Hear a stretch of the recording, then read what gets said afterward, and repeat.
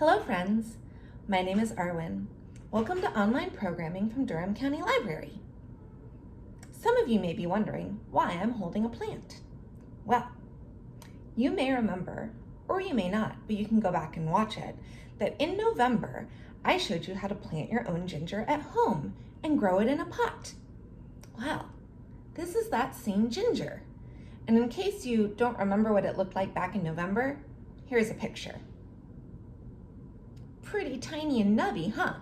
This doesn't look like the same plant at all. I mean, for one, it has leaves and it smells like ginger that you buy at the store.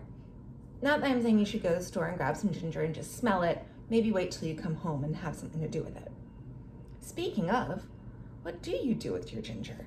Do you just, you eat it, right? That tasted like ginger, but we don't eat the leaves, do we? You can. I haven't had much success cooking with them, but apparently you can put them in stir fries. What we normally eat is what is sometimes called the ginger root, but maybe you'll remember that it's not actually a root. It's a rhizome. We won't go back into it. You can look at the old video if you want to remember what that is. And so we're going to have to harvest our ginger by digging it up. And then we're going to decide what we're going to do with it. So first what I'm going to do is I'm going to trim the stalks of the ginger, and I am going to save them and try to use them again to cook because maybe last time I just didn't do a good job. So now we have our ginger stems. We're going to put them aside because we're not going to use those today. Where did I put them? Where they're not going to be like, there we go. So now this is the fun part that you might not like doing, but now I'm going to grab where the stems were sticking out and pull it up. Ooh, and we have something here with lots of roots. And I'm about to make a big mess, I think, that I did not anticipate making. So one thing I'm going to do is I'm going to also trim some of these roots so we're not going to get, oh, there's dirt everywhere. Well, that's kind of my life. I have lots of plants and there's always dirt everywhere. So let's try to at least get this dirt on the floor and then see what we're working with as far as our ginger. And I'm going to hop over to the sink real quick and rinse it off so we can look at it better.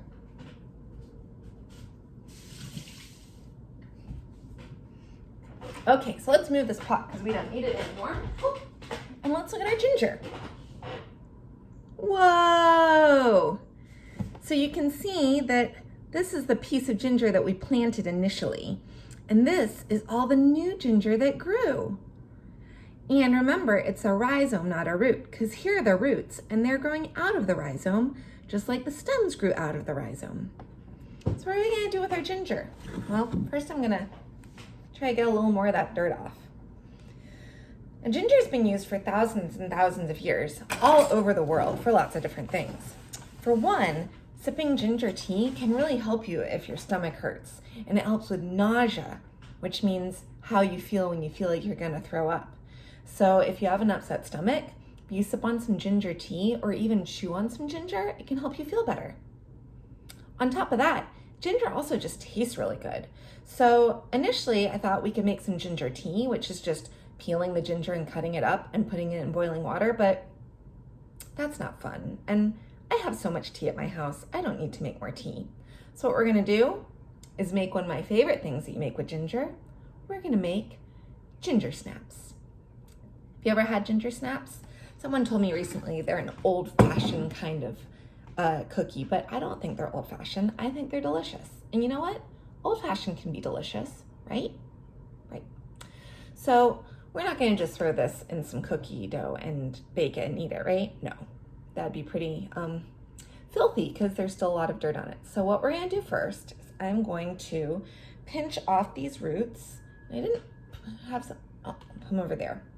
I have a container with geranium cuttings over there. So it's just basically putting roots with some other things that are gonna grow roots, hopefully. And here we go. I have my towel here so we can keep drying it off. And I'm gonna break off the old piece of ginger. And I might use that for something else, but for our purposes, let's use this pretty beautiful new ginger. So first, what we're gonna do is we're gonna peel it, which means that I didn't wash it super well because it's organic dirt, so it doesn't have anything in it that's gonna hurt us. but when you peel it, the dirt will come off with the peel. So we're gonna peel our ginger.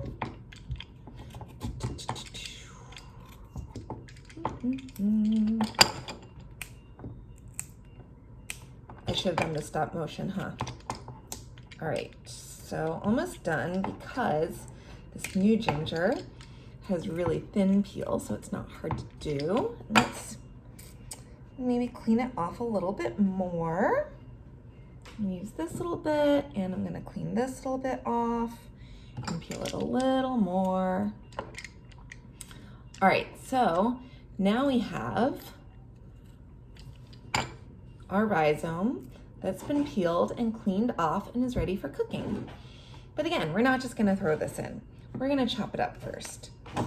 And I also, so remember, if you wanna do this at home, you need to ask for a grown-up to help you with the chopping because this knife is very sharp. That's how it can cut through the ginger so easily. And one of the really great things about your homegrown ginger is it's a lot softer than ginger that you get at the store because it's really, really fresh. So it's much easier to cut and chop. So the recipe that we're gonna be using today is really cool because we're not just gonna use our fresh ginger. We're gonna use 2 other kinds of ginger. Well, same kind of ginger, different forms of it. So let's look at our recipe and see what kind of ginger we're gonna use. Okay, so we've consulted the recipe. What are we using? We are using, well, obviously our fresh ginger that I'm still chopping because, you know, the finer it is, the more pieces there are, and the more pieces there are, the more pieces there can be per cookie. I don't know. So we're using our fresh ginger. We're also using ground ginger.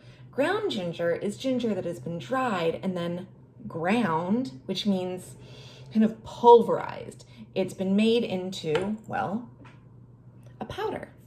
And see that, the ginger powder. And actually that's not the bowl I'm supposed to be putting it in, but put it in this bowl. So we're using, I'm probably putting in a lot more than we're supposed to, but I'm adding it to the flour that I have already measured out. And then last, in addition to the fresh ginger and the powdered ginger, we're using one of my favorite forms of ginger, candied ginger. Now, you might not be able to see it. It's also called crystallized ginger because it looks a little bit crystally because it is boiled in sugar until it's coated with sugar, and sugar is crystally.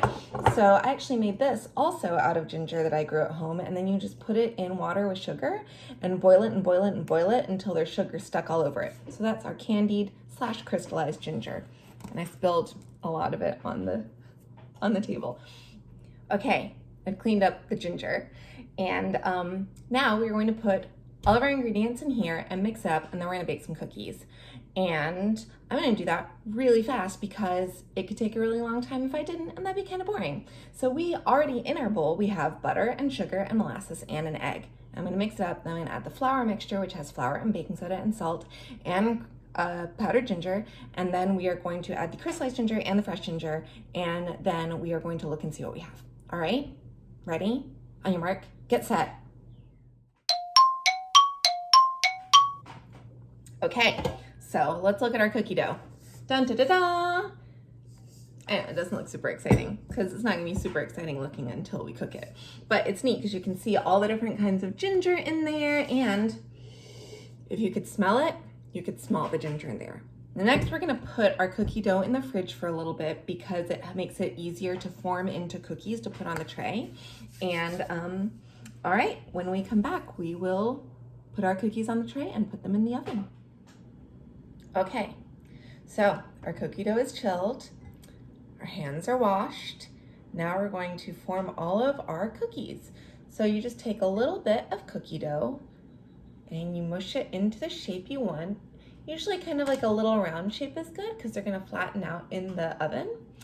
And for these cookies, I'm gonna roll them in a little bit of sugar because it'll give them a neat little crispy, sugary crust when they come out. All right, so there's one. Let's do the rest of these fast, right? Okay.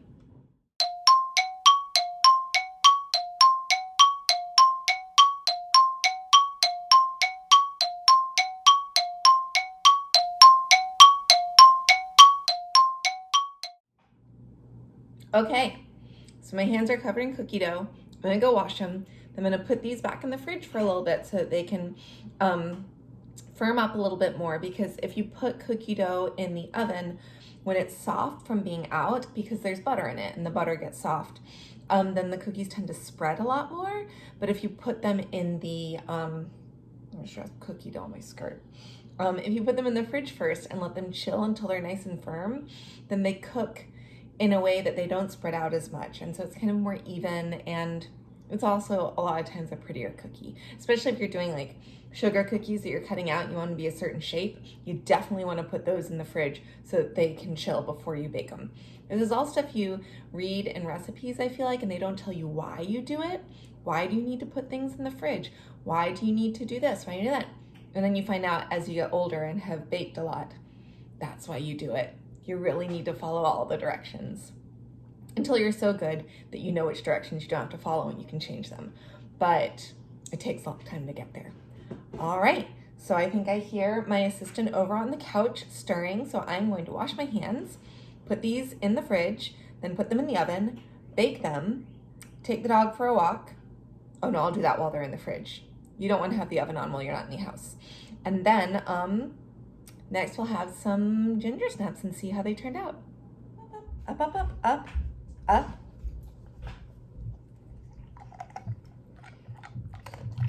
Well, friends, we did it. We made some more delicious baked goods using some science, learning about different cool things, and look at these ginger snaps. And I tilt them so they don't fall. Don't worry, that's not the kind of cookie that my assistant Winifred had. She had one of her dog cookies. But I'm gonna have one of these. I'm gonna choose this one because look at that huge chunk of ginger right on top. So good. Well, I hope that you enjoyed learning one thing that you can do with ginger and a little bit about how to make cookies. I will see you in the future.